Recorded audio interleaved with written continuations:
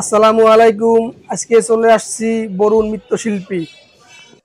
মাটির আসবাবপত্র এখানে বিক্রি করা হয় শোরুমে, কাগজিপুর বাস স্ট্যান্ড শোরুমে। এখানে আপনারা মাটির হরেক রকমের আসবাবপত্র পাবেন। আমি দুইটা প্লেট নিছি, সেই দুইটা প্যাকিং চলতেছে। আর একটা মাটির মগ নিছি পানি খাওয়ার জন্য। এই যে চা খাবার জন্য কাপ আছে, কলমদানি আছে, হরেক রকমের আসবাবপত্র আছে। আপনাদের লাগলে চলে আসবেন বরুণ মৃৎশিল্পীতে। এখানে বাসন, বাটি, পোলাওর বাটি, মাংসের বাটি, চার কাপ, তারপর অনেক রকমই জিনিসপত্র পাওয়া যায়। আপনাদের পছন্দের বহুত মালামাল পাওয়া যায় এখানে, চলে আসবেন বাউফলে কাগজির ফুল।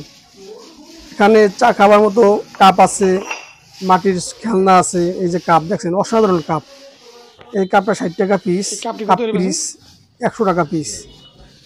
তারপর এই মগটা আমি নিলাম, এই মগটার দাম 120 টাকা পড়ছে।